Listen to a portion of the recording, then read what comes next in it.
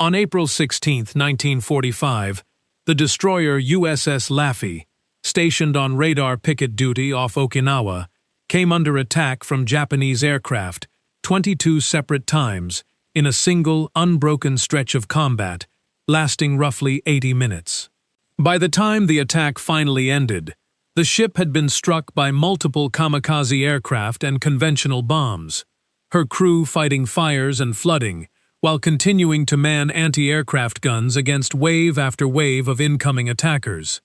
An ordeal so extreme that the ship earned a nickname among the men who served aboard her, and the sailors who heard about her survival across the fleet. The ship that would not die. The Laffey's crew, and the tens of thousands of American sailors who served aboard ships during the Battle of Okinawa, endured the largest and most sustained kamikaze campaign of the entire Pacific War, a psychological and physical ordeal that stretched across months of nearly constant threat from an enemy tactic no amount of conventional naval combat experience had fully prepared them to face. This is the story of what happened to the sailors who endured these attacks, and the specific, sustained form of fear that came from serving aboard a ship that might, at any moment and with almost no warning, become the target of a pilot who had already decided he was not returning home.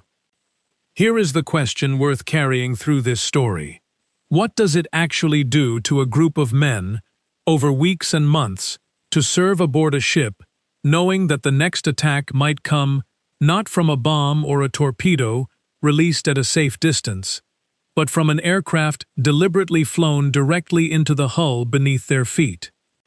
The scale of the Okinawa kamikaze campaign dwarfed anything Japan had previously attempted in the Philippines fighting this channel, as documented in earlier episodes, reflecting both the strategic importance Japanese command attached to defending Okinawa as one of the last major positions before any eventual American invasion of the home islands themselves,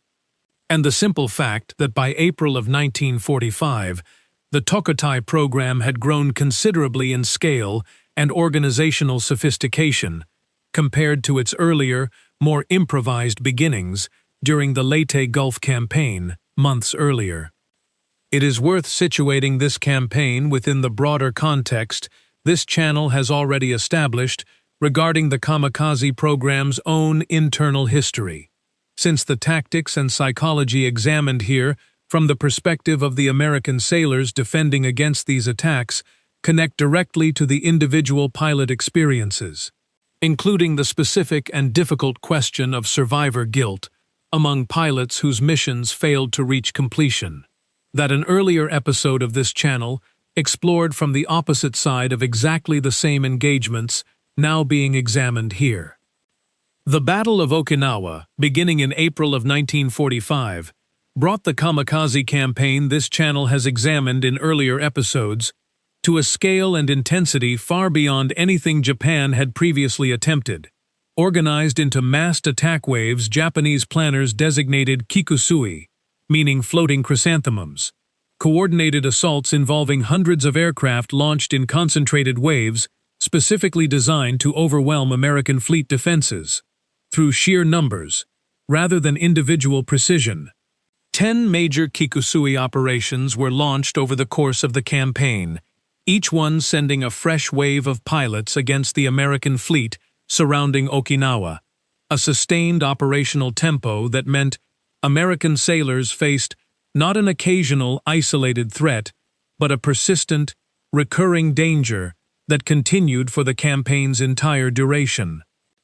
American naval commanders, anticipating exactly this kind of mass attack based on intelligence and the pattern of kamikaze operations already observed in earlier Philippines fighting, positioned specialized radar picket ships, primarily destroyers, in forward positions well outside the main fleet's protective formation, specifically to provide early warning of incoming raids. This tactical necessity placed these picket ships in an exceptionally dangerous position, isolated from the concentrated anti-aircraft firepower and mutual protection the main fleet's tighter formation provided, meaning the destroyers and their crews assigned to picket duty bore a disproportionate share of the Kamikaze campaign's most intense and sustained attacks throughout the entire Okinawa operation. These picket stations were typically manned by a small number of destroyers, sometimes as few as 2 or 3 ships, working together to provide overlapping radar coverage across their assigned sector, a configuration that meant the loss or disabling of even a single ship on a given station could significantly degrade the early warning capability the entire picket line was designed to provide, adding a further layer of strategic importance and corresponding danger to the destroyers assigned to hold these isolated forward positions throughout the campaign. Combat air patrols, fighter aircraft assigned specifically to intercept incoming kamikaze raids before they could reach the picket ships or main fleet, provided an essential additional layer of defense, but the sheer volume and coordinated timing of the Kikusui attacks meant these fighter patrols, however skilled and well-coordinated themselves, could not guarantee intercepting every attacking aircraft before it reached firing range of the ships below, leaving the final layer of defense to the ship's own anti-aircraft guns and the proximity-fused ammunition this channel has examined in detail in an earlier episode. For the sailors assigned to these picket ships specifically, daily life during the Okinawa campaign involved an almost unbroken cycle of anticipated danger, watching radar screens and the sky for the next wave of attacking aircraft, knowing that their ship's isolated position made it a specifically attractive target for Japanese pilots seeking to strike American vessels before reaching the more heavily defended main fleet. This sustained anticipation, historians and psychologists studying combat stress from this period have noted, produced a distinct and particularly exhausting form of psychological strain, different from the more episodic bursts of intense danger that characterized much conventional naval combat, since picket duty sailors faced not a single dangerous engagement but weeks of continuous, recurring exposure to potential attack. Sailors on picket duty developed their own informal coping strategies to manage the sustained psychological pressure of this extended period of anticipated danger, including dark, gallows-style humor several veterans later described as an essential emotional release valve. Close bonds formed with the specific small group of shipmates sharing the same watch and battle station, and a kind of practiced, almost mechanical routine in executing damage control and gunnery procedures that several sailors credited with helping them function effectively even as personal fear remained a constant, unspoken companion throughout their time on station. The Laffey's ordeal on April 16th illustrated exactly how overwhelming these attacks could become, even with the proximity-fused technology this channel has examined in a previous episode, significantly improving American anti-aircraft effectiveness. Captain Frederick Beckton, commanding the Laffey during this sustained engagement, coordinated the ship's defense with a combination of aggressive maneuvering intended to disrupt attacking pilots' approach angles and continuous, coordinated gunnery direction across the ship's multiple anti-aircraft mounts. A level of sustained tactical command under conditions of continuous, escalating damage that several naval historians studying the engagement have specifically credited with preventing the ship's total loss, despite the extraordinary scale of the attack she faced that day. Facing 22 separate attacking aircraft in a single sustained engagement, the ship's gunners fought continuously, destroying a substantial number of the attacking aircraft before they could reach the ship. But the sheer volume of the assault meant several kamikaze aircraft and conventional bombs still found their target despite the crew's sustained, desperate defensive effort. The Laffey's final casualty toll from that single engagement numbered in the dozens killed and wounded among a crew of roughly 300 men, a casualty rate that reflected just how sustained and intense the 80-minute attack had actually been. And the ship herself sustained damage severe enough that her survival remained genuinely uncertain at multiple points during the engagement. With damage control parties fighting to keep the ship afloat, even as gunners continued engaging the ongoing waves of attacking aircraft simultaneously. Stop and consider what the sailors aboard a ship like the Laffey actually experienced during those 80 minutes, because the tactical summary understates the specific, visceral horror involved.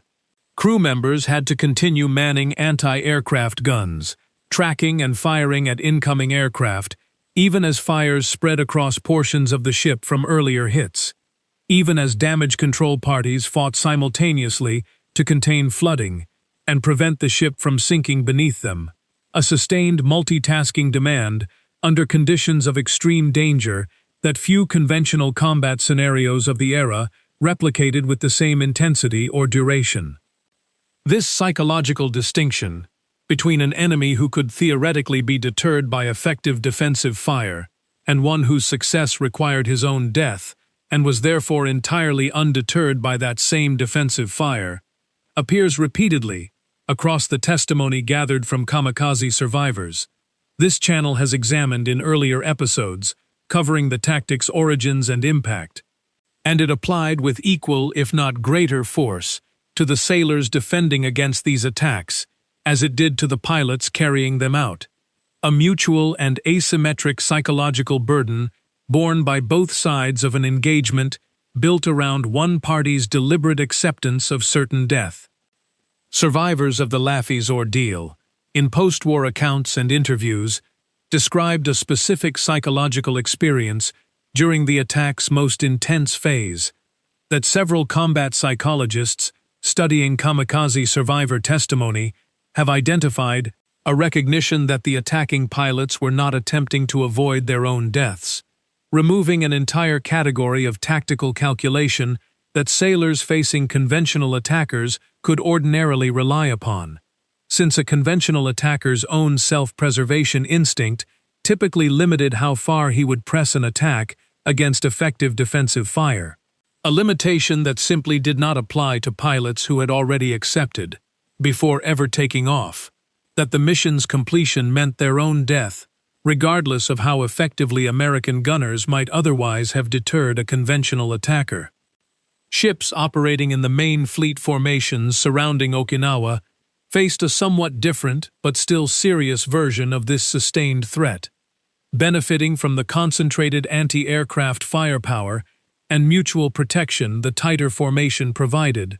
but also presenting attacking pilots with a denser concentration of potential targets,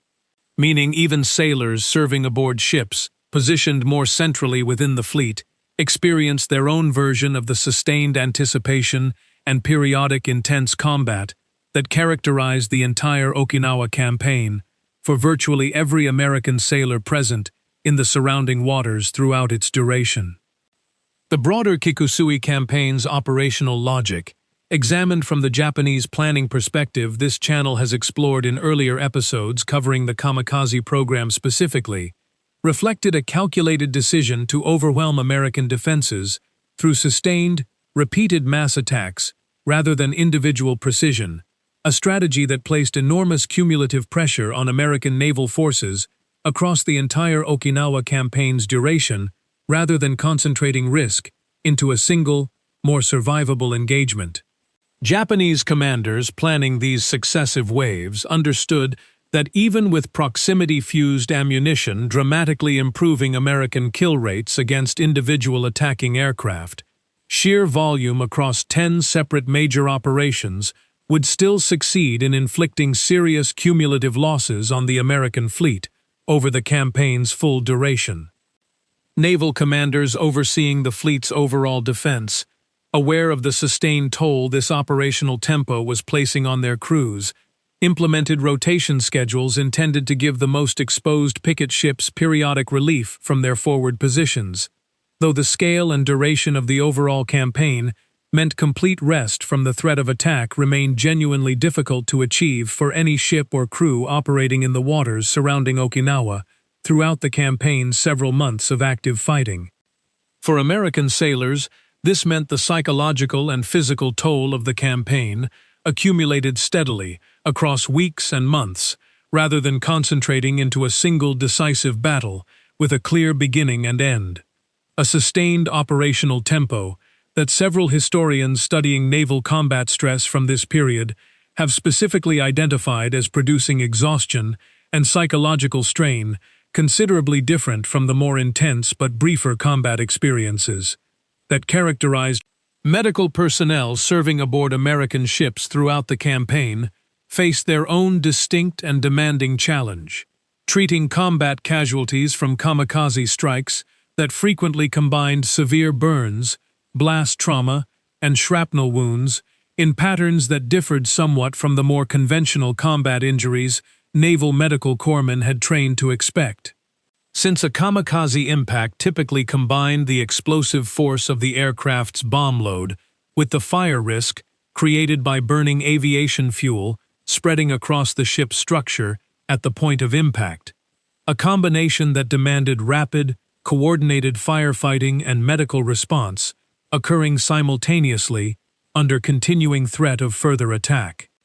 The cumulative casualties American naval forces suffered from kamikaze attacks during the Okinawa campaign specifically numbered in the thousands killed and thousands more wounded.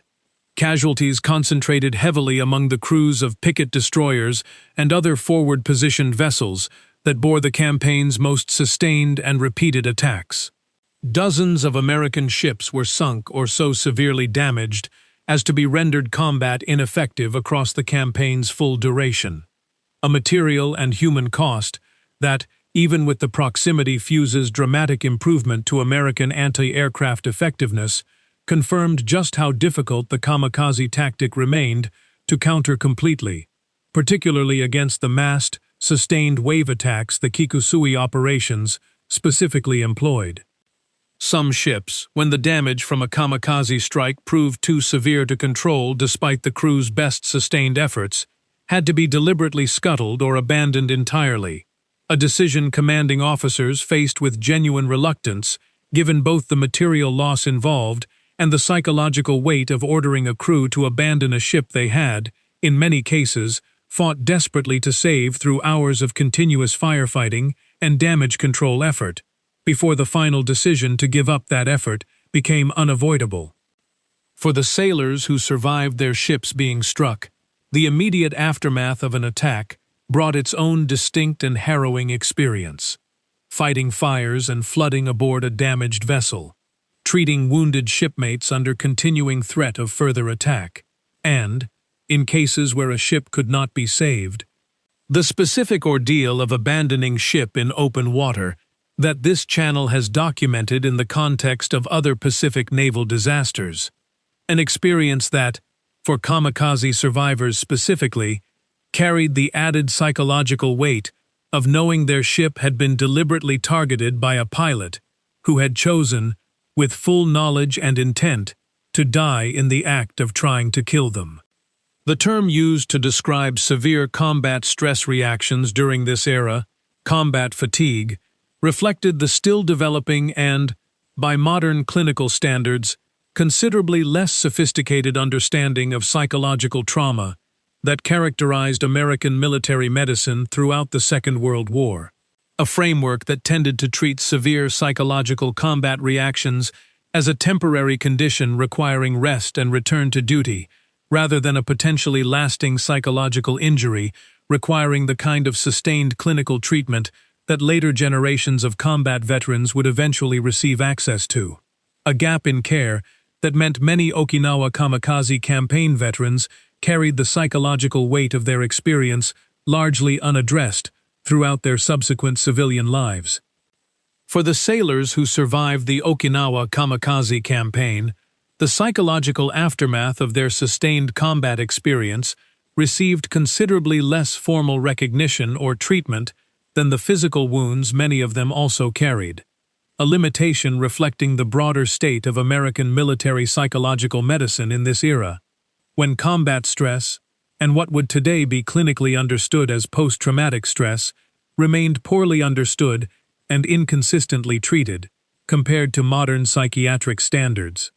Many veterans of the picket ship campaign, in later decades, described carrying psychological effects of their sustained combat experience for years or decades afterward. often without any formal diagnosis or treatment framework available to help them process what they had actually endured during those months off Okinawa. Captain Beckton's own post-war account of the engagement, published years after the war, provided one of the more detailed first-hand narratives of what sustained kamikaze combat actually looked like from a commanding officer's perspective, balancing tactical description of the engagement's minute-by-minute developments with a genuine and, for a senior naval officer of his generation, unusually candid acknowledgement of the psychological toll the sustained attack had taken on both himself and his crew, a level of personal reflection that added meaningful depth to the more purely operational and tactical accounts that dominated most official records of the engagement.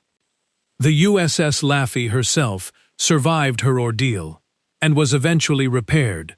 going on to a long post-war naval career before eventually being preserved as a museum ship, a physical monument to the specific ordeal her crew had endured that continues to allow visitors to see firsthand the scale of damage the ship sustained during that single sustained attack in April of 1945.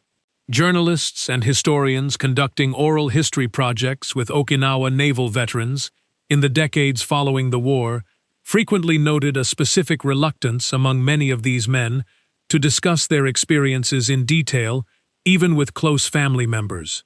A pattern of silence several researchers have connected directly to the absence of a broader cultural and clinical framework. During these veterans' active service, and for decades afterward, that would have validated their experience as a legitimate and serious psychological injury, rather than something they were simply expected to have moved past on their own once they returned to civilian life. Survivors of the Laffey and other picket ship crews formed veterans associations in the decades following the war, specifically to preserve and share their experiences. Gatherings that, much like similar organizations formed by survivors of other Pacific War ordeals this channel has documented, provided a rare space where these men could discuss an experience that few outside their own ranks could fully understand or appreciate, a form of informal mutual support that, in the absence of more formal psychological treatment resources during their own active service, helped many of them process the sustained trauma of the Okinawa Kamikaze campaign in the decades that followed. Remember the question this story opened with. What does it actually do to a group of men to serve for weeks and months aboard a ship that might, at any moment, become the deliberate target of a pilot who has already accepted his own death? The honest answer, drawn from the documented testimony of the Laffey's own crew and thousands of other sailors who served through the Okinawa campaign, is that it produced a specific, sustained form of psychological strain American naval medicine of the era had no adequate framework to fully address. One that many of these men carried, largely unaddressed and unacknowledged, for the remainder of their lives, a quieter and less publicly recognized cost of the Pacific War's final and most intense kamikaze campaign than the ship losses and casualty figures alone can fully convey. If you want to understand what it actually meant to serve aboard a ship during the largest and most sustained kamikaze campaign of the entire Pacific War, and how sailors like the crew of the Laffey endured attacks that tested both their ships and their own psychological endurance to the absolute limit, this is the story worth knowing in full. Subscribe to Pacific War Tales for more long-form World War II history from the Pacific Theater, told with the names, the dates, and the details intact.